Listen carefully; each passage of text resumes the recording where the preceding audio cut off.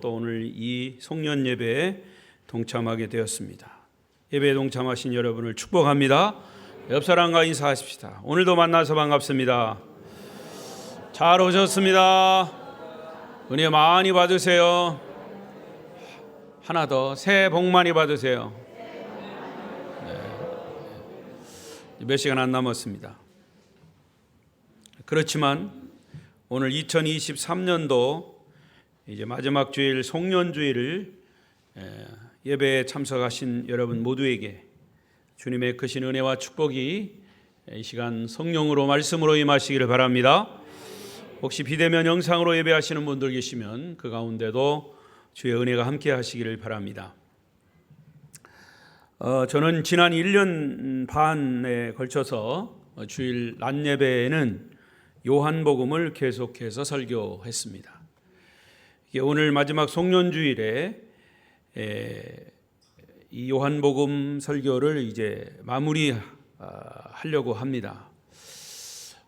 계속해서 말씀드린 것처럼 요한복음은 주제가 뭐냐 하면 예수 그리스도는 하나님의 아들이시다, 하나님이시다 라고 하는 것이 이 요한복음의 주제입니다. 요한복음 설교를 들으면서 예수님은 사람인과 동시에 하나님이시다라는 것을 깨달으셨다면 큰 은혜요.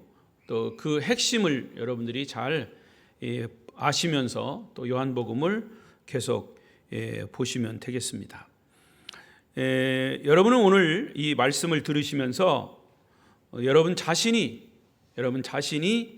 베드로가 되어 보십시오. 누구요? 베드로. 내가 베드로다. 이렇게 성경 속으로 들어가서 오늘 말씀을 들으시면 되겠습니다. 그리고 한 해를 보내시면서 주님이 여러분 각자에게 주시는 교훈이, 오늘 말씀을 통해서 이 교훈이 내게 주시는 교훈이 무엇인가, 이것을 잘 귀 기울여 들으시기를 바랍니다. 오늘 말씀의 내용은 여러분이 너무나 잘 알고 있는 말씀입니다. 미리 나는 내용을 다 알고 있다고 결론 내리지 마시고, 아는 내용이지만 여러분 자신이 베드로가 되어 보시라 그랬습니다. 그래서 오늘 나는 베드로다 라고 생각하시면서 이 말씀을 들으시면 아마 또 다른 하나님의 그런 메시지를, 교훈을 얻게 될 것입니다. 오늘 본문은 폭풍과 같은 십자가의 고난과 죽음의 시간을 보내고 다시 부활하신 주님께서 추운 새벽에 숯불을 피워놓고 생선과 빵을 구워 제자들을 불러서 함께 조반을 나누시는 장면입니다. 그런데 제자들의 그 면면의 얼굴을 보면 그렇게 밝지 않습니다. 특히 베드로는 부활하신 주님이 찾아오셨는데도 자기 갈등과 모순에 빠져서인지 마음이 굉장히 무겁습니다. 지금 베드로는 부활하신 주님을 똑바로 쳐다볼 수가 없습니다. 저를 똑바로 쳐다보세요. 오늘만큼은 똑바로 쳐다보세요. 그리고 귀를 기울이세요. 좋으시는 분은 내가 오늘만큼은 내가 이름을 부를 거예요. 베드로야 라고 이름을 부를 거예요. 지금 베드로는 부활하신 주님을 똑바로 쳐다볼 수가 없어요. 왜? 도둑이 재발절인 것처럼 어색한 분위기 속에서 지금 주님과 식사를 하고 있는 과정 속에 있어요. 왜? 베드로가 예수님을 3번 부인했거든요. 그리고 죽으시고 부활하시고 이제 처음 베드로를 만나는 거죠. 이런 어색한 분위기 속에서 식사를 마치신 베드로를 주님은 부드러운 눈길로 바라보시면서 물으십니다. 요한의 아들 시몬아, 내가 이 사람들보다 나를 더 사랑하느냐? 15절 말씀이에요. 자, 읽어보십시다. 여러분들의 입으로 읽으시면서 주님이 나에게 이런 질문을 하시는구나 생각하시고 시작. 그들이 조반 먹은 후에 예수께서 시몬 베드로에게 이르시되 요한의 아들 시몬아 네가 이 사람들보다 나를 더 사랑하느냐. 여기 네가 나를 사랑하느냐, 이 사람들보다 네가 나를 더 사랑하느냐 라고 하는 여기에서의 사랑의 헬라어 원문에는 아가스파메라는 단어예요. 아가스파메. 이 아가스파메라는 말은 사랑하되, 네가 나를 사랑하되 조건 없이 무조건 사랑하냐 그 말이에요. 지금 이 시점에서 주님은 베드로에게 당신의 사랑을 확인하고 계신 겁니다. 자, 이 질문을 받은 베드로는 곧바로 대답합니다. 주님, 그렇습니다. 내가 주님을 사랑하는 줄 주님께서 아십니다. 자, 첫 번째 질문과 첫 번째 대답이 이루어졌습니다. 이 대답을 들으신 주님은 다시 베드로에게 사명을 주십니다. 미션이에요. 내 양을 먹이라. 한 번 질문하신 이 질문 속에서 내가 나를 사랑하느냐? 예, 내가 주님을 사랑합니다. 무조건 사랑하느냐? 예, 무조건 사랑합니다. 그러면 내 양을 먹이라. 자, 한 번 질문하신 말씀으로 끝난 줄 알았는데 주님은 똑같은 질문을 다시 하십니다. 16절이에요. 시작. 또 두 번째 이르시되 요한의 아들 시몬아 네가 나를 사랑하느냐 하시니. 자, 이것은 아가스파메, 똑같은 사랑이라는, 무조건 사랑하느냐 똑같은 질문이에요. 이때 베드로 역시 동일한 대답을 합니다. 주님, 그렇습니다. 내가 주님을 사랑하는 줄 주님이 아십니다. 그러자 예수님은 두 번째 또 미션을 주십니다. 다시 내 양을 치라. 자, 두 번째 질문과 두 번째 대답이 지금 마쳤습니다. 베드로는 이제 주님의 질문이 끝났겠지 하고 마음을 놓고 있는데 주님은 다시 세 번째 질문합니다. 17절 시작. 세 번째 이르시되 요한의 아들 시몬아 네가 나를 사랑하느냐 하시니. 자, 그런데 여기 세 번째 질문 17절의 이 사랑이라고 하는 것은 아가스파메가 아니라 필레이스메. 나를 사랑하되 변함없이 사랑하느냐, 무조건 사랑하느냐 라고 하는 것과 변함없이 사랑하느냐 하는 말은 조금 달라요. 우리말로는 똑같은 사랑이지만 원문에는 다른 단어가 사용되었다는 거예요. 자, 이 세 번째 질문을 받자 베드로는 마음이 불안해지기 시작했습니다. 왜 이렇게 두 번, 세 번 반복해서 똑같은 질문을 하실까? 혹시 나를 못 믿으셔서 그러실까? 아니면 내가 지금 건성으로 대답한다고 생각하시는 걸까? 별 생각이 다 났을 겁니다. 베드로는 불안한 상태에서 이제 17절 대답을 합니다. 내가 17절 넘겨보세요. 근심하여 이르되 주께서 세 번째 내가 나를 사랑하냐 하심으로 베드로가 근심하여 이르되 그 다음 주님 모든 것을 아시오매 내가 주님을 사랑하는 줄 주님께서 아십니다. 그러자 주님은 또다시 세 번째 사명을 주십니다. 내 양을 먹이라. 자, 여러분, 주님은 왜 이렇게 세 번씩이나 집요하게 질문을 하셨을까요? 오늘 예수님이 베드로에게 세 번 질문하고 대답한 이 말씀이 여러분 각자에게 한 해를 정리하고 새 해를 맞는 그런 메시지가 되었으면 좋겠습니다. 이 메시지가 되시기를 바랍니다. 메시지를 받으려면 정신을 바짝 차리고 들어야 합니다. 자, 첫 번째, 세 번 질문을 던진 것은 베드로를 영적으로 첫 번째는 치유하기 위해서입니다. 베드로가 세 번 부인했죠? 그 세 번 부인한 것을 예수님이 이렇게 치유하십니다. 영적 치유, 마음의 치유. 며칠 전에 예수님이 십자가의 죽으심을 앞두고 제자들과 유월절 만찬을, 최후의 만찬을 마치신 후에 메시지를 주셨습니다. 새 계명을 말씀하신 적이 있어요. 너희는 서로 사랑하라. 내가 너희에게 새 계명을 주노니 서로 사랑하라. 그때 베드로가 뭐라고 대답했냐면, 주님, 나는 형제도 사랑하고 이웃도 사랑합니다. 그리고 다른 누구보다도 주님을 더 사랑합니다. 주님을 더 사랑합니다. 라고 자신감에 넘쳐서 대답을 했었습니다. 그리고 또 뭐라고 대답했냐면, 요한복음 13장 37절을 보십시다. 시작. 베드로가 이르되 주여, 내가 지금은 어찌하여 따라갈 수 없나이까? 주를 위하여 내 목숨을 버리겠나이다 하라고 호언장담을 했었습니다. 그러나 막상 주님을 위해서 목숨을 버려야 하는 결정적인 순간에 그의 모든 자신감은 한꺼번에 무너지고 말았습니다. 예수님이 십자가에 달리시기 위해서 붙잡혀 갔을 때 베드로는 뭐 했습니까? 목숨을 버리기까지 주님을 따라간 게 아니고 목숨을 부지하기 위해서 3번씩이나 예수님을 부인했습니다. 그것도 저주까지 하면서 부인했습니다.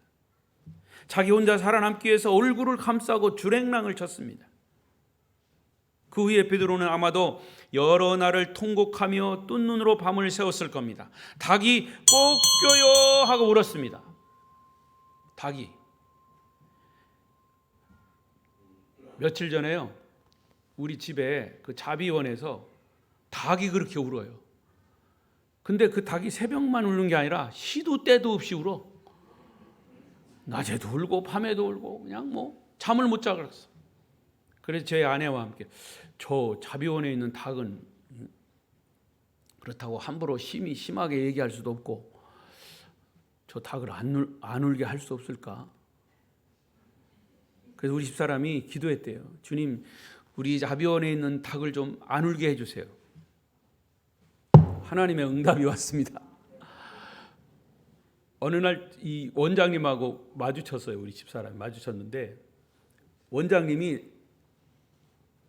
발이 저렸던지, 우리 집 닭 소리 때문에 사모님 시끄럽지? 그렇게 물어보시더래요.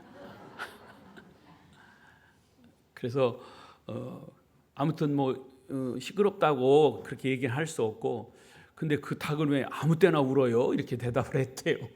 근데 여러분, 그런데 그 울던 닭이 집을 나갔대요. 그래서 그 닭을 찾으러 나왔다는 거예요, 원장님이. 그런데 어쨌든 찾아가지고 그러면서 찾으면 자기 농장으로 보낼 거라고 하나님이 그렇게 응답하시더라고요.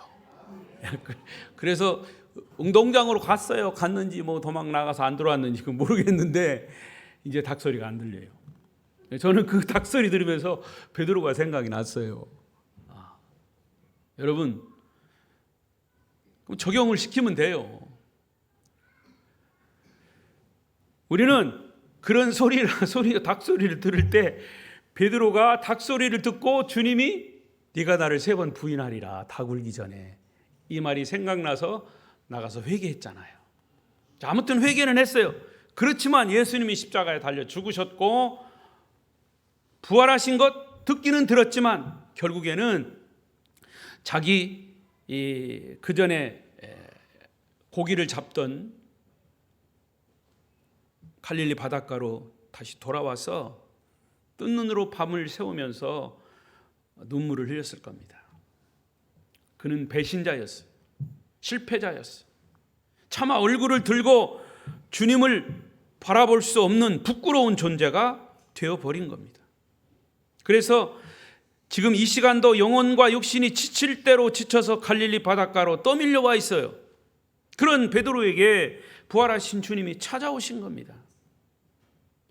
자기가 3번씩이나 부인한 그 주님이 부활하셔서 바로 자기 앞에 나타나신 거예요. 그리고 아직도 못 박힌 자국이 그대로 선명하게 남아있는 손을 내미시면서 베드로야, 배고플 텐데 와서 아침 먹자 라고 하시는 겁니다. 생선을 구우셔서 베드로와 다른 제자들을 위해서 아침상을 차리신 겁니다. 자, 그러면 여러분 같으면 어떤 기분이 드실까요? 차라리 보자마자 야, 이 못난 놈아, 네가 그렇게 결심하고 그렇게 고백했는데 나를 배신해? 라고 꾸지람을 치시거나 망신을 주면 차라리 베드로의 마음이 후련할 텐데, 예수님은 베드로의 과거의 잘못에 대해서는 이런 반구 말씀이 없으시고 도리어 배고픈 데 와서 밥 먹자, 추운데 불 옆으로 가까이 와, 이렇게 하시면서 자기를 위로해 주시니 베드로의 마음이 얼마나 민망하고 주님 뵐 낯이 없었겠습니까? 주시는 음식을 제대로 먹을 수가 없습니다. 아마도 먹는 둥 마는 둥 고개를 떨구고 숯불만 쳐다보고 있었을 것이 뻔합니다. 그런데 여러분, 또 그 상황을 또 이렇게 보십시오. 그 숯불은, 타는 숯불은 자기가 예수님을 부인하던 자리에서 활활 타고 있던 장작불이었습니다.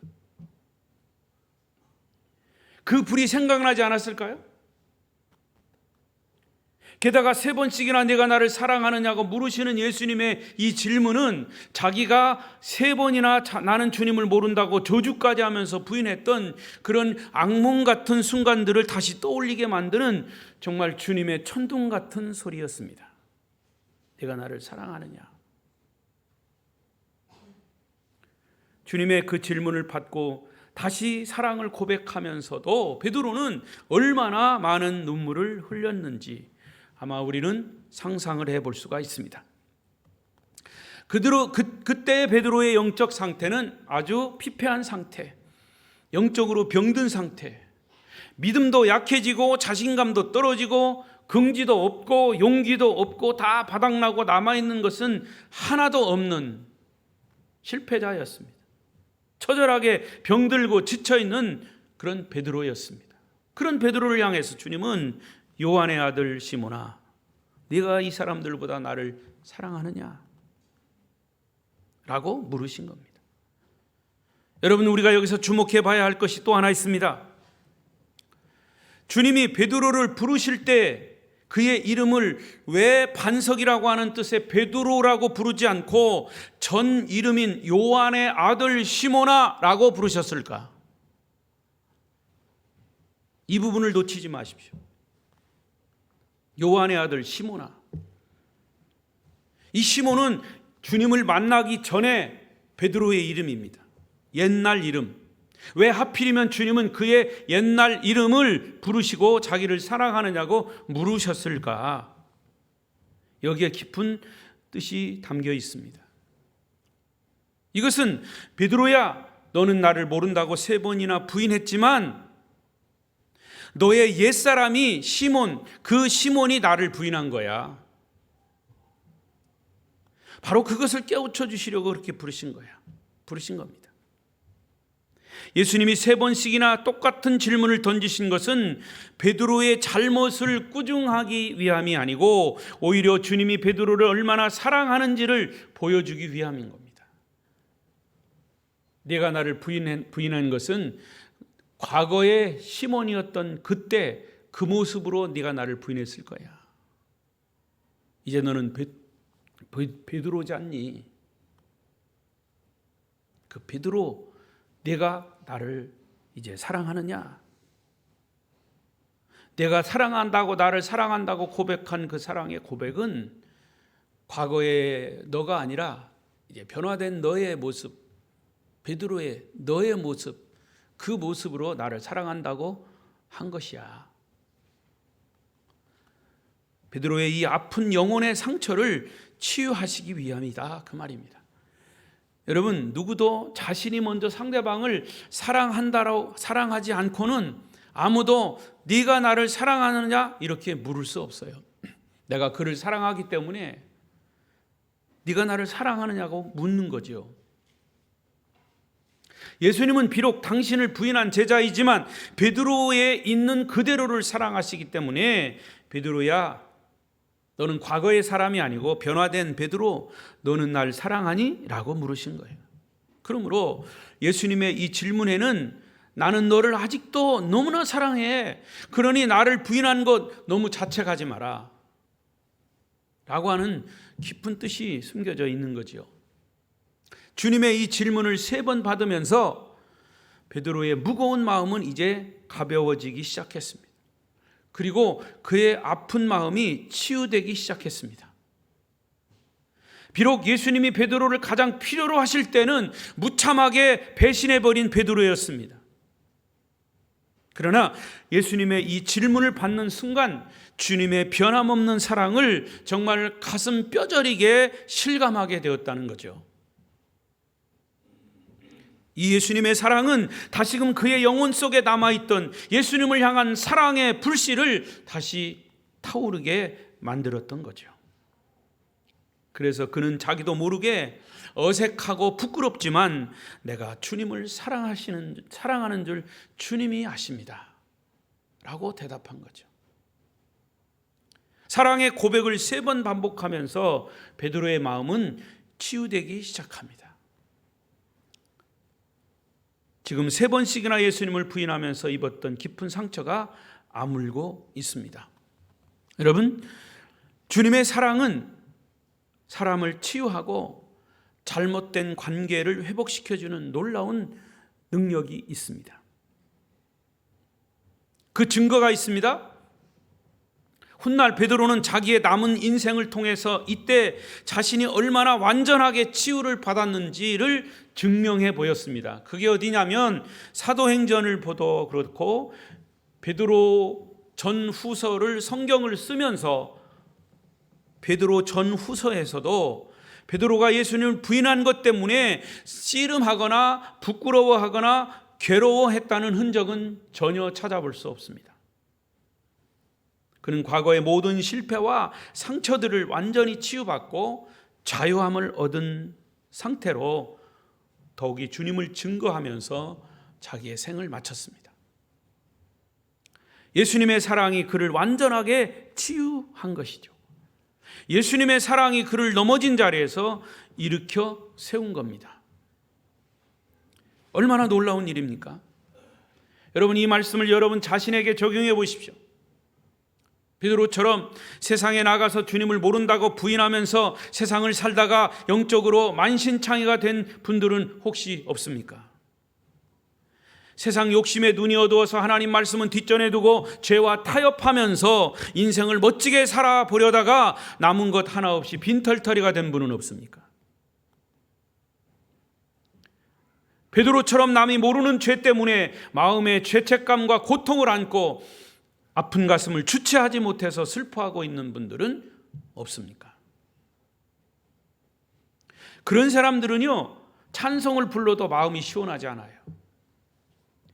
하나님의 말씀을 설교로 들어도 마음에 와 닿지 않아요. 왜? 생각은 온통 사방으로 다 흩어져서 자기 마음대로 그냥 떠돌아다니고 있기 때문이지요. 예배를 드렸는데도 마음이 공허합니다.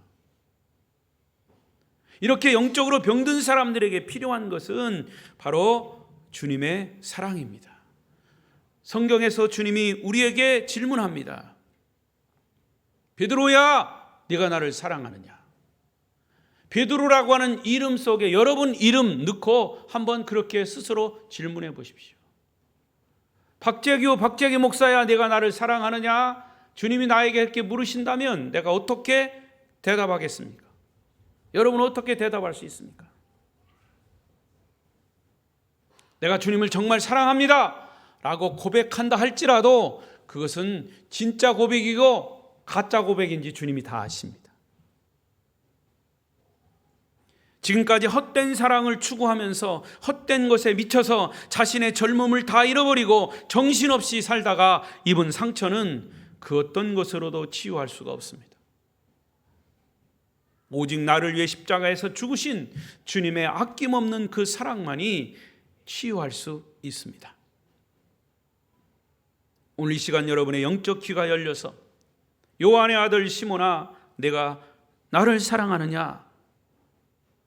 라고 하는 부르심에 그 음성을, 그 부르심을 여러분 들으시고 여러분의 진정한 신앙 고백이 있기를 바랍니다. 그 주님의 음성을 들으면 우리는 그 어떤 상처, 사실은 내가 그렇게 고백하지 않아도 주님이 네가 나를 정말 사랑하느냐라고 하는 그 질문 자체가 우리의 상처가 치유되는 거예요. 우리가 어떤 상처나 죄책감으로 고통하고 있든지, 어떤 실패로 주저앉아 있든지, 주님의 그 질문 속에는 활화산 같은 능력이 있습니다. 정말 봄바람처럼 따스한 사랑의 손길이 있습니다.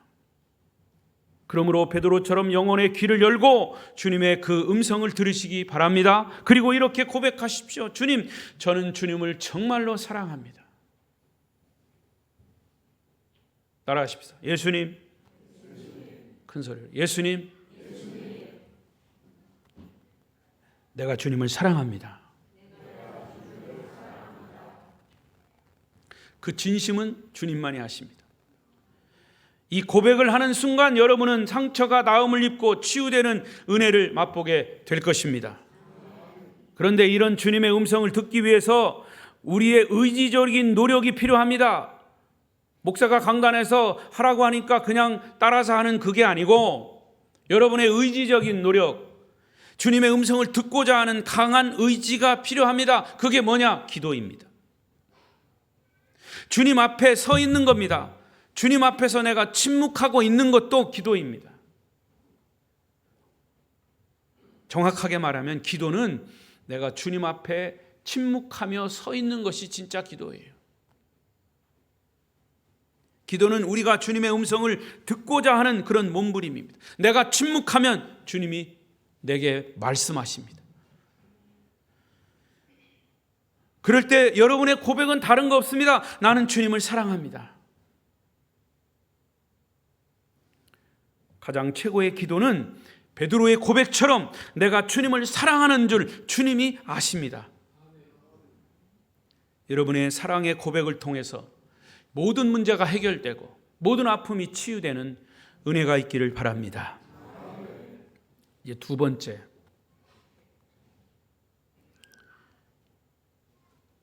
끝날 때인데 이제 두 번째예요. 잘 들으셔야 돼요. 오늘 저녁 예배 없어요. 그러니까 설교 길게 할 거예요. 이제 두 번째, 왜 주님은 세 번씩이나 베드로에게 질문을 하셨을까? 두 번째 이유는 베드로의 사도직을 회복하기 위해서요. 사도직을 회복하기 위해서. 자, 여기 회복의 은혜가 있어요. 베드로는 원래 사람 낚는 어부가 되라 하고서 처음에 예수님이 베드로를 제자로 이끌 때 그게 사도예요. 그래서 사도는 복음을 전하기 위해서 부름받은 자들, 온 세상에 다니면서 복음을 전하라, 너는 사람을 낚는 어부가 되리라, 이런 놀라운 미션, 명령과 함께 사명과 함께 부름받은 것이 사도직인데, 오늘 이 자리에서 주님은 다시 내 양을 치라, 내 양을 먹이라 라고 하시면서 사도직의 사명을 회복해 주신 겁니다. 그래서 베드로에게는 한평생 두 가지 사역을 해야 했습니다. 하나는 영혼을 구원하는, 사람을 낚는 어부의 사역이고, 다른 하나는 주님께 돌아온 사람들을 말씀으로 돌보고 먹이는 목양 사역, 두 가지 사역이었어요. 이 영광스러운 사역을 주님이 베드로에게 다시 맡기신 겁니다. 그래서 세 번씩이나 주님을 모른다고 부인하는 그 순간 베드로는 사실 그 영광스러운 사도직에서 박탈됐던 거죠. 그러나 오늘 갈릴리 바닷가에서 주님, 내가 주님을 사랑하는 줄 주님이 아십니다 라고 세 번 고백함으로 극적으로 마음의 치유를 받자마자 이 영광스러운 사도직에 다시 회복하는 은혜를 누리게 된 것이죠. 주님은 베드로에게 맡기는 이 교회를 일컬어 내 양이라, 내 어린 양이라 하셨습니다. 어린 양이 누구예요? 주님의 교회예요. 교회. 저와 여러분, 주님의 양이죠. 저와 여러분은 하늘과 땅의 모든 권세를 가지신 주님의 양이에요. 우리 모두는 죽음의 권세를 물리치고 부활하신 예수 그리스도의 양이심을 믿습니다.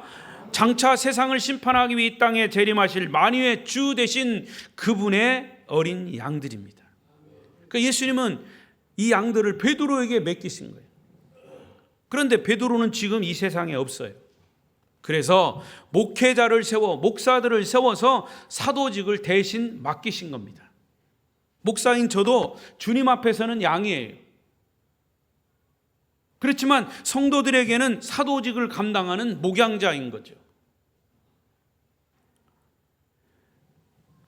그런데 베드로에게 이 사도직을 맡기신 것, 양을 치라, 양을 먹이라, 이 양떼를 치는 것은 결코 쉬운 일이 아니죠.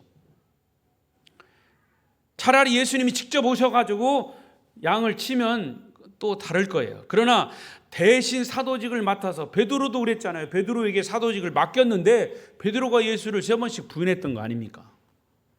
대신 사도직을 맡긴다는 게 그게 쉬운 일이 아니에요. 언제라도 변질될 수 있어요. 이 세상에 목사들이 많지만, 목회자들이 많지만 변질된 목회자들이 얼마나 많습니까? 저 역시도 그런 부분에서 하나님 앞에 얼마나 두려움으로 이 목회를 하는지 몰라요. 왜? 변질된 목회자가 될까 봐. 세상에서 가장 힘든 일 가운데 하나로 양떼를 치는 일은 꼽을 정도로 어려운 일입니다.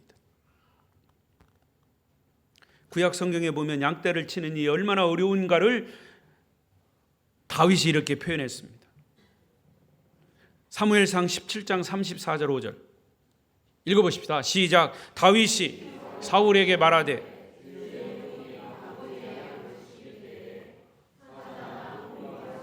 양떼를 내가 따라가서 그것을 치고 그 입에서 새끼를 건져내었고 그것이 얼마나 나를 해하고자 하면 그 수염을 잡고 그것을 쳐 죽였나이다. 다윗이 양을 칠 때에 자기의 심정을 그대로 얘기한 겁니다. 이 목자로서 교회인 성도들을 돌보고 꼴을 먹이고 교회를 인도하는 일 역시 힘들고 사실은 위험한 일들이에요. 목양은요 밤낮이 없어요. 24시간 불침번이에요. 그럼에도 불구하고 감사한 거는 요즘 목사가 혹은 선교사가 되겠다는 분들은 아직도 있어요. 세계에서 목사나 선교사가 되겠다고 하는, 그래서 신학교에 가는 사람들이 세계에서 제일 많은 데가 한국이에요.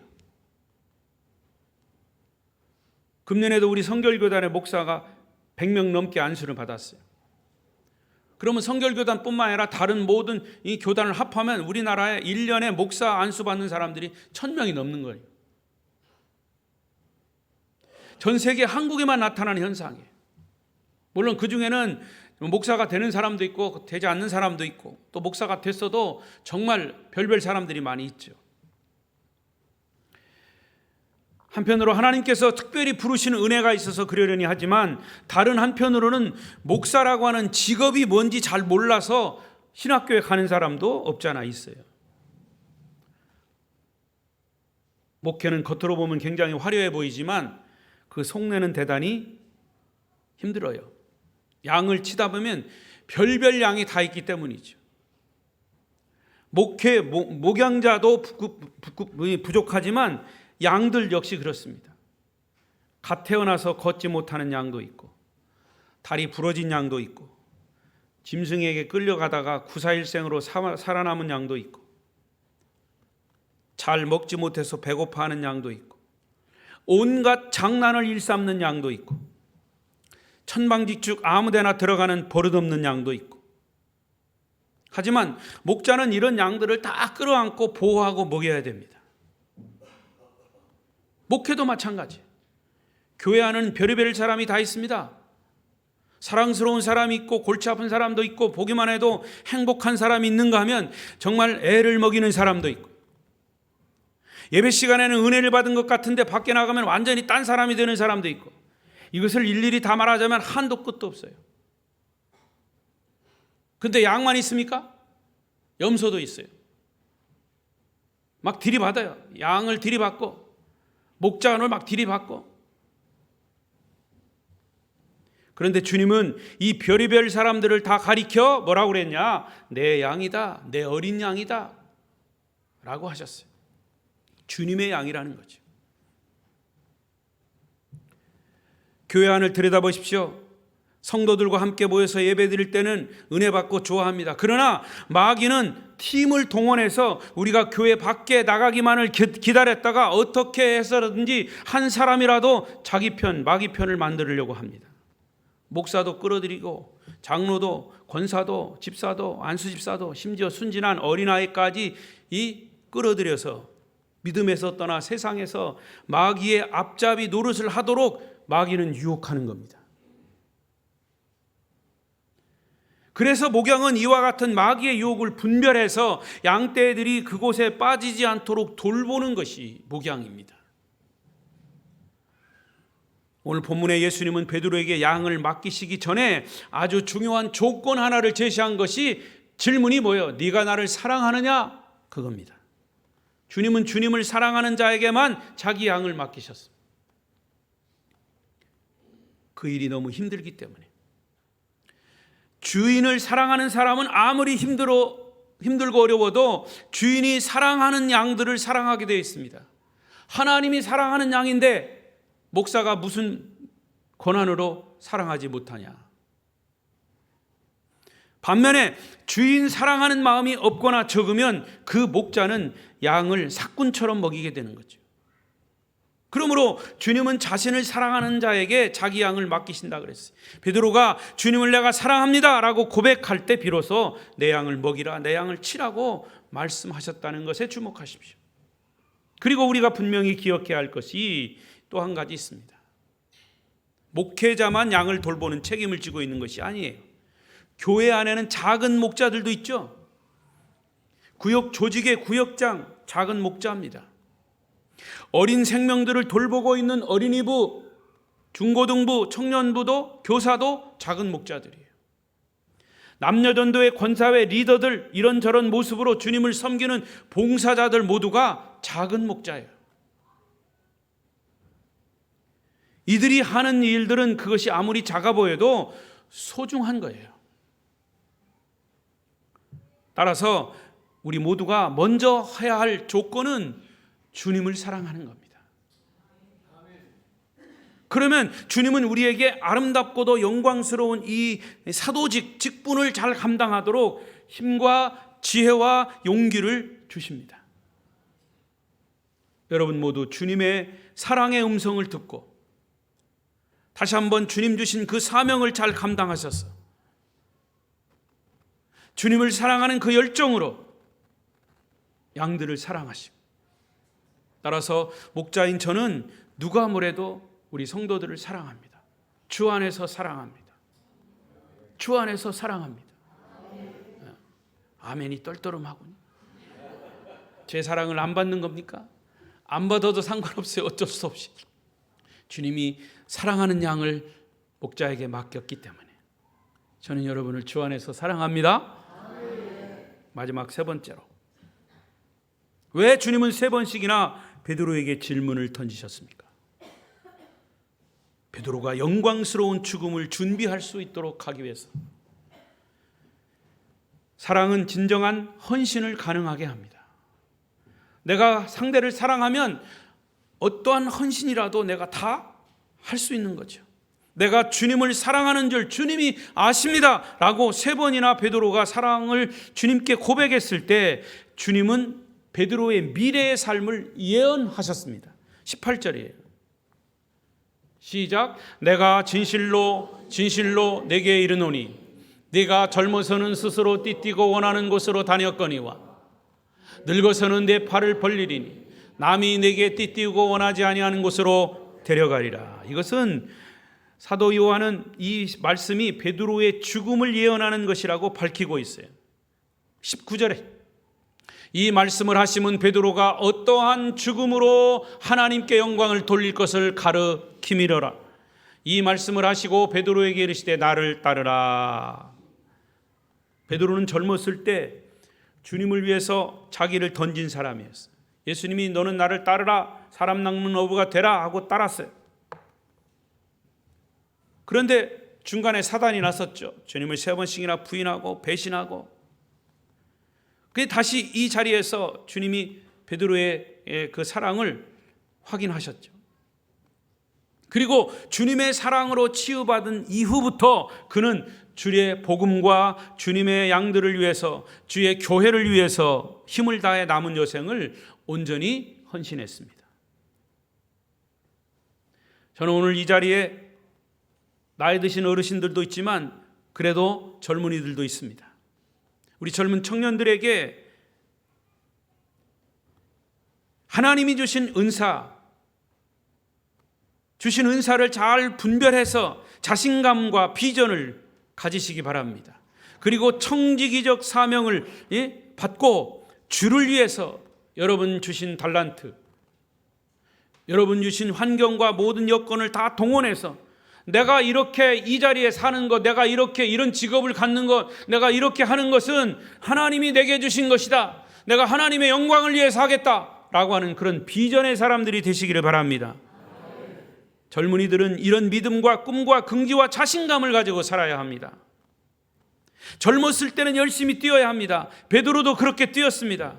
그러나 누구에게나 늙을 때가 오는 겁니다. 인생의 겨울이 온다 그 말이에요. 그래서 주님은 베드로에게 그 미래에 대해서 말씀하시는 거예요. 베드로야, 네가 나이가 들면 사람들이 와서 네 팔을 벌릴 것이다. 그리고 내가 원하지 않는 곳으로 너를 데리고 갈 거다. 이것은 베드로가 십자가에서 순교할 것을 예언하신 겁니다. 그러나 그 죽음은 사실 그가 원하는 죽음이 아니었어요. 이와 같은 인간의 약함이 있음에도 불구하고 주님은 베드로야, 너는 네가 원하지 않은 곳으로 끌려가서 하나님이 영광을 받으시는 죽음을 죽을 거야. 결국 베드로는 십자가에 거꾸로 매달려 순교했습니다. 하나님께 영광을 돌린 거죠. 어떻게 그렇게 그가 십자가를 질 수 있었을까? 그것은 오직 주님을 사랑하는 마음 때문이었어요. 가고 싶지 않은 길이었지만 주님이 영광을 받으시는 길이기 때문에 십자가도 마다하지 않고 그 길을 간 겁니다. 여러분, 베드로처럼 주님을 사랑하는 힘으로 젊음을 보내고 나이 들어 늙을 때에 인생을 인생의 마무리할 때 주님이 영광을 받으시는 아름다운 마무리가 되시기를 바랍니다.